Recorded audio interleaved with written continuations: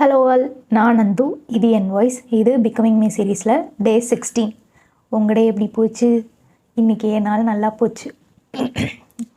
காலையில் எந்திரிச்சிட்டு காலையில் எதுவும் வேலையெல்லாம் எதுவும் இல்லை, சாப்பாடு மட்டும் சாப்பிட்டுட்டு தலை குளித்து கிளம்பி நேற்று ஒரு ஈவெண்ட்டுக்கு போகிறேன்னு சொன்னேன்னா, என்ன ஈவெண்ட்டுனா இலக்கிய குரங்குகள் இருக்குல்ல, இலக்கிய குரங்குகளில் ஒரு புக் கிளப் ஒன்று நடத்துகிறாங்க. அந்த அந்த புக் கிளப்போட கான்செப்ட் என்னென்னா,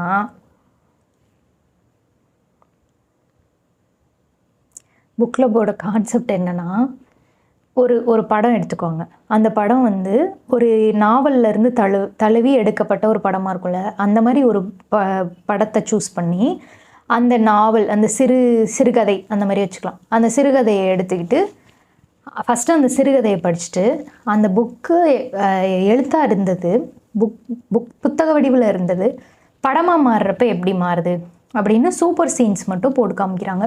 ஒரு 3/4 மணி நேரத்துக்குள்ளே அந்த படத்தை அப்படியே கன்சைஸாக 3/4 மணி நேரத்துக்குள்ளே போட்டு ஸ்க்ரீன் பண்ணி காமிக்கிறாங்க. காமிச்சிட்டு அதுக்கப்புறம் டிஸ்கஷன்ஸ் நடக்குது. எந்த மாதிரி அந்த படத்தில் உள்ள கேரக்டர்ஸ், புக்கு எப்படி எழுதியிருந்தார் அந்த ஆத்தர், அதுலேருந்து படமாக மாறினப்போ எப்படிலாம் மாறியிருக்கு. அந்த இன்றைக்கி எடுத்த அவங்க படம் என்னென்னா, பூ படம் இருக்குல்ல, அந்த பூ படத்தையும் அதை தழுவி எழுதின சிறுகதையையும் வாசித்து அந்த மாதிரி போச்சு. நல்லா இருந்துச்சு. ஃபஸ்ட்டு எனக்கு அங்கே போகணுமா, எனக்கு ஃபஸ்ட்டு எப்படி இருந்துச்சுன்னா, அங்கே ஒரு மாதிரி ரொம்ப பயமாக இருந்துச்சு, போகணுமா வேணாமா அப்படின்னு. ஏன்னா எனக்கு விஜய் வரதராஜ், அதுக்கப்புறம் அந்த டீமில் இருக்கிறவங்க எல்லாருமே எனக்கு அவங்க எல்லாருமே ரொம்ப இன்டலெக்சுவல்ஸாக தெரிவாங்க. எப்படி அவங்களுக்கு எல்லாருக்கும் இவ்வளோ தெரியுது, எப்படி இப்படிலாம் கண்டென்ட் போடுறாங்க, எப்படி இப்படி நேற்று பேசின மாதிரி மானிட்டரியாக இது பெருசாக எதுவும் இல்லைனாலும் இவங்களால எப்படி தொடர்ந்து இயங்க முடியுது, அந்த மாதிரிலாம் நான் நிறைய வியந்து பார்ப்பேன். அவங்க டீமு, அவர் எல்லாருக்குமே அண்ணன் ஆயிடுறாரு. இன்றைக்கி சும்மா பேசிகிட்டு இருந்தவங்க கூட, விஜய் அண்ணா தெரியும், எல்லாருக்குமே அவர் அண்ணன் ஆயிடுறாரு. அவரோட இவ்வளோ நீஷ் ஆடியன்ஸு பிடிச்சதுக்கான இதுவே அதுதான். அவர் டக்குன்னு நம்ம அண்ணே அப்படின்ற மாதிரி அந்த எண்ணம் வந்துடுது அவரை பார்த்தா. சரி, அந்த மாதிரி எல்லாரையுமே நான் அந்த டீமையும் நான் அப்படி நினைப்பேன். அவங்க இந்த மாதிரி ஒரு ஈவெண்ட்டுக்கு இன்வைட் பண்ணோன்னே எனக்கு ஒரு மாதிரி ஃபஸ்ட்டு பயமாக இருந்துச்சு. நான் நிஜமாகவே இந்த இன்வைட்டுக்கு தகுதியான ஒரு ஆள் தானா அப்படின்னு ஒரு எண்ணம். இது ரொம்ப என்னையவே நான் தாழ்த்தி பேசுகிற மாதிரி இருக்கும், ஆனால் அதான் உண்மை. எனக்கு அந்த மாதிரி ஒரு எண்ணம் வந்துருச்சு. அதுக்கப்புறம் சரி பரவாயில்ல, எப்படியாவது போயிடணும். நான் இந்த மாதிரி நிறைய நான் இத்தனைக்கும் நான் குரூரமாக இப்படிலாம் யோசிச்சு தெரியுமா, பேசாமல் நம்ம ஊருக்கு போயிட்டோம் அப்படின்னு சொல்லிட்டு வேணான்னு சொல்லிடுவோமா, ஏதாவது ஒரு ரீசன் சொல்லிட்டு நம்ம வேணான்னு சொல்லிடலாமா, அந்த மாதிரிலாம் யோசித்தேன். இதெல்லாம் வெளியே சொல்லக்கூடாது தான். ஆனால் ஏன் சொல்கிறேன்னா, நான் யார்கிட்டையாவது வெளியே போய் பழகணுன்ற சூழலை தவிர்க்கிறதுக்கு என்னென்ன என் புத்தி போகுதுன்னு பாருங்கள். அப்படி தான் ஏன்னா எனக்கு பயம், கூச்சம், தயக்கம், நான் சொன்ன மாதிரி இந்த இன்வைட்டுக்கு நான் தகுதியான ஆள் தானா, இந்த மாதிரி எண்ணங்கள்லாம் எனக்கு இப்படிலாம் சாக்கு சொல்லிட்டு வீட்டிலே இருந்துடலாமா அப்படின்லாம் பண்ண தோணும். முன்னாடிலாம் இப்படியெல்லாம் சாக்கு சொல்லிட்டு நான் வீட்டிலையே இருந்துருவேன். ஆனால் இப்போல்லாம் சாக்கு என் மண்டைக்குள்ளே வருது. ஆனாலும் என்னைய புஷ் பண்ணி தள்ளி தயவு செஞ்சு போமா அப்படின்னு சொல்லிட்டு இது பண்ணி போக வச்சிடுறேன்.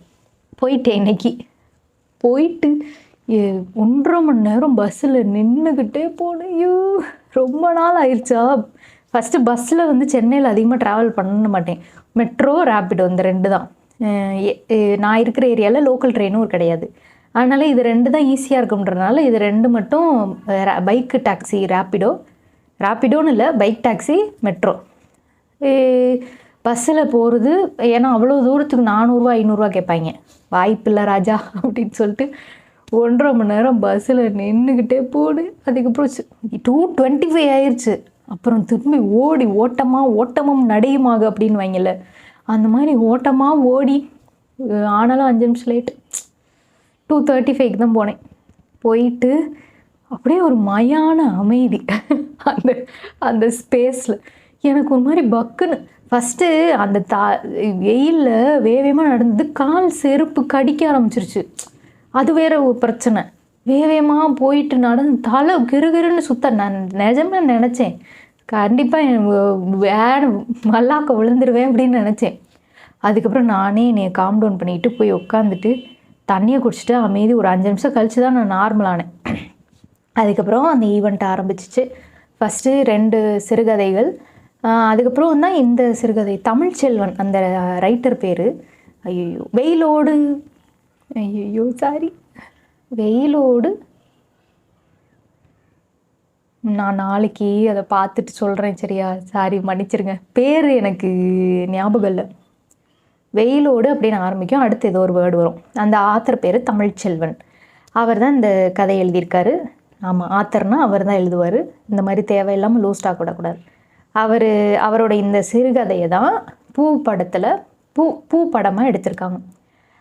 அந்த பூ படத்தை பற்றி, கேரக்டர்ஸ் பற்றி, லேண்ட்ஸ்கேப் பற்றி, அந்த அந்த அந்த டயலாக்ஸ் பற்றி, ஒவ்வொரு கேரக்டர்ஸ்குள்ளே இருக்கிற அந்த நுவான்சஸ் அப்படின்வாங்கள, அந்த மாதிரி நிறையா பேர் பேசுனாங்க. இடையில அந்த இலக்கிய குறுங்குகளில் பரணின்னு ஒருத்தர் வருவார், உங்களுக்கு தெரிஞ்சிருக்கும். அவர் என்ன பண்ணிட்டாரு, நான் ஒரு இறைச்சி அப்படின்னு ஒரு கண்டென்ட் பண்ணேன். ஆவாரம் பூ பாடு, ஆவாரம் பூ அந்நாளில் இருந்து, அந்த பாட்டு இருக்குல்ல, அந்த பாட்டை பற்றி பேச ஆரம்பிக்கும் போது இறைச்சி வீடியோ போட்டிங்களா நீங்கள் பேசுங்க அப்படின்ட்டாங்க. ஐயோ எனக்கு வந்து அப்படியே ஃபுல் பிளாங்க்கு. நான் அவர்கிட்டே இப்படிலாம் கேட்கவே கூடாது. நான் அவர்கிட்ட என்ன தெரியுமா கேட்டேன், நம்ம லிசன் பண்ண மட்டும் வரலாமா, கண்டிப்பாக பேசணுமா அப்படின்னு கேட்டேன். அது உங்கள் விஷயம் அப்படின்னு சொல்லிட்டாரு. அங்கே டிஸ்கஷன்ஸ் ஆரம்பித்தோடனே நான் பாட்டுக்கு அமைதியாக உட்காந்துடலான்னு நினச்சேன். ஆனால் நான் அது வரைக்கும் நார்மலாக தான் இருந்துச்சு. நான் இது எக்ஸாஜரேட்டே பண்ணல. நார்மலாக இப்படி லேசாக குளிர் கொஞ்சம் அதிகமாக இருந்த மாதிரி இருந்துச்சு. இப்படி பிடிச்சிட்டு இப்படி கையை வச்சுட்டு சும்மா என் கை சும்மா இருக்காது, அப்படியே சும்மா பண்ணிட்டு உட்காந்துருந்தேன். ஏன்னா நான் தான் பேச போகிறது இல்லைன்னு எனக்கு தெரியும்ல. நான் பாட்டுக்கு இருந்தேன், எல்லோரும் பேசுகிறத வேடிக்கை பார்த்துட்டு வாய் பார்த்துட்டு உட்காந்துருந்தேன். என்னாச்சு, இறைச்சி கண்டென்ட் போட்டிங்களே சொல்லுங்கன்னொன்னே எனக்கு எல்லாமே பிளாங்க் ஆயிடுச்சு.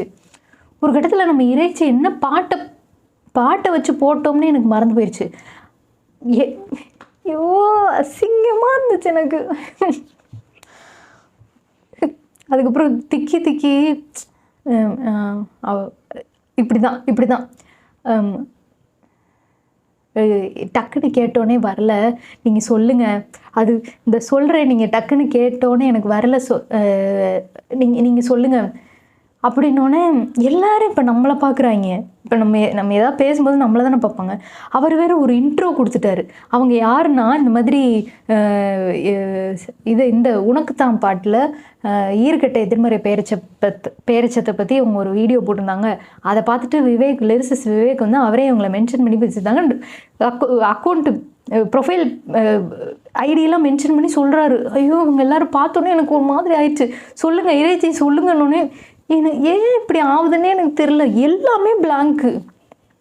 நீங்கள் சொல்லுங்கள், எனக்கு டக்குன்னு அப்படி வராது அப்படின்னு சொன்னோன்னே சரி அவங்களும் அதை ஈஸ் பண்ணிவிட்டு பரவாயில்ல நீங்கள் அது என்னென்னு அப்படி விளக்குனாங்க. சரி விளக்குனதெல்லாம் வேணாம், அது விளக்கி சொல்லிவிட்டு அதுக்கப்புறம்லேருந்து எனக்கு கை நடுங்கிக்கிட்டே இருக்குது, உடம்பே நடுங்குது, இப்படியே நடுங்குது. ஐயோ எனக்கு இப்போ இங்கே யாருமே யாரையும் ஜட்ஜ் பண்ண போகிறது கிடையாது சரியா? ஆனாலும் இப்போ இந்த பிரேக்கு நடந்துச்சா, இந்த பிரேக்கில் நான் நார்மலாக தான் பேசினேன். என்கிட்ட வந்து பேசினாங்க, இந்த மாதிரி உங்கள் வீடியோஸ் பார்த்துருக்கேன். அப்படி பேசினப்போ கூட நான் நார்மலாக தான் இருந்தேன், நான் அவங்கக்கிட்ட நல்லா பேசினேன். அந்த மாதிரிலாம் ஆயிடுச்சு. எப்போ என்னை பேசுங்கன்னு சொல்லி அந்த கூட்டத்தோட பார்வையை மேலே திரும்பிச்சோ அப்போ இருந்து ஐயோ எனக்கு ஒரு மாதிரி ஆயிடுச்சு, கை நடுங்குது. நான் இப்போ என் மண்டைக்குள்ளே என்ன ஓடுதுன்னா, அவங்க பேசுகிறதும் அவங்க அவங்க அவங்க அவங்க பேசுகிறதையும் நான் கேட்குறேன், அவர் பேசுகிறதையும் கேட்குறேன், சுற்றி எல்லாம் மாற்றி டிஸ்கஸ் பண்ணுறதையும் கேட்குறேன். அப்போ எனக்கு ஒரு பாயிண்ட் வருது, அந்த பாயிண்ட்டை நான் சொல்லணும்னு எனக்கு தோணுது. இது ஒரு மாதிரி எனக்கு ஒரு மாதிரி இருந்துச்சு. இன்றைக்கி நான் என்ன கண்டுபிடிச்சேன்றதை கடைசியாக சொல்கிறேன். என்னோடய பிஹேவியரில் இப்படி ஒரு மாதிரி இருந்துச்சு. இப்போ நான் முன்னாடி ஒரு சோஷியல் ஆங்ஸைட்டி பற்றி ஒரு வீடியோ போட்டிருக்கேன்னு சொன்னேன்னா, அந்த அந்த இதில் வந்து நானே நான் அந்த வீடியோ பண்ணும்போது எனக்கு ஏன் இப்படி நீ நீ வர்ற ஆப்பர்ச்சுனிட்டி எல்லாமே வந்து தள்ளி தள்ளி விடுற அப்படின்னு அன்னைக்கு நடந்த ஒரு இன்சிடெண்ட்டை வச்சு நான் வாயை திறந்து பேசிட்டேன்றதை அவ்வளோ சந்தோஷமாக சொல்லியிருப்பேன். அதே அந்த இது எனக்கு இன்னைக்கு மறுபடியும் தோணுச்சு. நீ வந்து நீ நீ சொல்கிற பாயிண்ட்டை வாயை திறந்து சொல்லிடுறது எப்படி இருந்தாலும் பரவாயில்ல அப்படின்னு எனக்குள்ளே நான் சொல்லிக்கிட்டே இருக்கேன். நீ சொல்ல வர்ற பாயிண்ட்டை யாருமே இன்னும் சொல்லலை, தயவு செஞ்சு வாயை திறந்து பேசிடு அப்படின்னு எனக்குள்ளே நான் சொல்லிக்கிட்டே இருக்கேன். ஆனாலும் ஒரு மாதிரி தயக்கம், நம்மளை திக்கி திக்கி இப்போ நான் வீடியோலேயே எப்படி பேசுகிறேன் அப்படி தான் எனக்கு அப்படி வரும். அப்படி வருவா, அப்படி பேசுறத பார்த்துட்டு நம்மள ஏதாவது நினச்சிருவாங்களா? அப்படி நினைக்க மாட்டாங்கன்னு தெரியுது, ஆனாலும் இது ஒரு தயக்கம் வரும்ல, அந்த மாதிரி வந்துச்சு. அதுக்கப்புறம் நானே கையை தூக்கி பேசிட்டேன், ஒரு பாயிண்ட் பேசினேன். அதுக்கப்புறமும் நிறையா நடந்துச்சு. அதுக்கப்புறம் வந்து ஃபைனல் தாட்ஸ் என்ன அப்படின்னு சொல்லி எல்லார்ட்டையும் கேட்டப்போ வந்து அப்பயும் நான் ஒரு பாயிண்ட் சொன்னேன். அப்புறம் வந்து இந்த பாட்டை வந்து நான் மனசில் வச்சுட்டே போனேன். பூ படம்னாலே என்னென்ன பாட்டு இருக்குது அப்படின்னு நேற்று நைட்டு உட்காந்து பார்த்துட்டு இருந்தேன். அதில் வந்து சிவகாசி ரதியே நம்ம அந்த டைமில் நிறைய நம்மளுக்கு பிடிச்சது, இசையருவியில் அடிக்கடி போடுவாங்க. அதுக்கப்புறம் வந்து ஆவாரம் பூ பாட்டு, இந்த பாட்டு யாராவது சொல்லுவாங்களான்னு கடைசி வரைக்கும் பார்த்தேன், ஆனால் சொல்லவே இல்லை.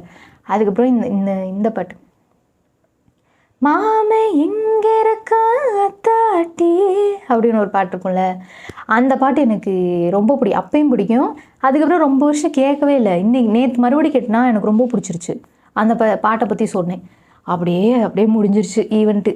அப்புறம் வந்து எவ்வளோ தாட்ஃபுல்லான ஒரு கிஃப்ட் கொடுத்தாங்க தெரியுமா? ஒவ்வொரு இதுலேயும் அப்படி ரிட்டர்ன் கிஃப்ட் கொடுப்பாங்க போல். அந்த ரிட்டர்ன் கிஃப்டில் இன்றைக்கி வந்து கள்ளிப்பழம் இருக்குல்ல, அந்த பழம் கொடுத்தாங்க. கோயில்பட்டியிலேருந்து வர வச்சுருக்காங்க. நான் கள்ளிப்பழம் சாப்பிட்டதே இல்லை, எனக்கு ரொம்ப ஆசை, ரொம்ப வருஷம் ஆசை எனக்கு கள்ளிப்பழம் சாப்பிடணும் அப்படின்னு. அது ஒரு மாதிரி அந்த படத்துலேயே பார்த்திங்கன்னா தெரிஞ்சுக்கும், வாய் மூஞ்சியெல்லாம் சிவப்பு கலரில் ஆக்கிட்டு எனக்கு அது ரொம்ப ஆசை. ஐயோ, அது அவங்க அவ்வளோ தாட்ஃபுல்லாக யோசித்து எல்லாருக்கும் அந்த கள்ளிப்பழத்தை கிஃப்டாக கொடுத்தது எனக்கு அது ரொம்ப பிடிச்சிருந்துச்சு. அதுக்கப்புறம்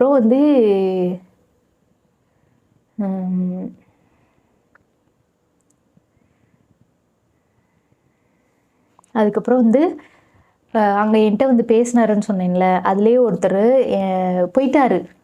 பார்த்துட்டு நம்பருக்கு பேசிட்டு அதுக்கப்புறம் போயிட்டாரு. ஈவெண்ட்லேயே ஃப்ரெண்ட்ஸ் ஆகுறதெல்லாம் இப்போதான்ப்பா நான் இதுக்கு முன்னாடி ஒரு ஈவெண்ட் நான் போயிருந்தப்போ, பனுவல் பப்ளிகேஷன்ஸ் இருக்குல்ல, அந்த ஈவெண்ட்டுக்கு போனப்போ ஒருத்தவங்க வந்திருந்தாங்க. அவங்க இன்றைக்கும் வந்திருந்தாங்க. அவங்கள பார்த்து மறுபடியும் கனெக்ட் பண்ணிக்கிட்டது ஒரு மாதிரி சந்தோஷமாக இருந்துச்சு. அதுக்கப்புறம் இவர் போயிட்டாரா, ஒருத்தர் என்னை தெரியும் அப்படின்னு வந்து பேசினவர் போயிட்டார். போயிட்டு மறுபடியும் ஃபோன் அடித்தார். நான் வந்து உங்கள் ஏரியா தாண்டி தான் நான் போகிறேன், நான் உங்களை இறக்கி விட்டுறவா அப்படின்னு. வேணான்னு சொல்லுவேனா நான்? வரேன்னு மண்டையாட்டிட்டு அவர் கூடயே போய் அவர் கூடயே வந்து இறங்கிட்டு அப்படியே சாப்பிட்டுட்டு வந்துட்டேன். இன்றைக்கி நாள் இப்படி தான் போச்சு. நான் வந்து ஒரு சில விஷயங்களை ரொம்ப எக்ஸைட்டடாக அப்படி எக்ஸ்ப்ரெஸ் பண்ணுறேனான்னு வந்து எனக்கு சொல்லுங்கள். இப்போ இன்றைக்கி நான் போயிட்டு வந்து சூட்டாக அந்த வீடியோ எடுக்கிறேன். அப்போ வந்து என்னோடய எமோஷன்ஸ் வந்து ஹைலி ஸ்பைக்கடாக இருக்கும். அதனால கூட நான் இப்படி எக்ஸாஜரேட் பண்ணி சொல்லலாம். அதனால் இப்படிலாம் பண்ணக்கூடாது, நான் காம் டவுன் பண்ணிவிட்டு நார்மலாக தான் ஒரு ஸ்டோரி டெல்லிங் மாதிரி சொல்லணும் அப்படின்னாலும் சொல்லுங்கள், நான் சொல்லுவேன். ஆனால் அந்த மாதிரி ஃபில்டர்லாம் போடக்கூடாதுன்னு தானே நான் பிகமிங் மே சீரியஸே பண்ணுறேன். சரி விடு. அதுக்கப்புறம் வந்து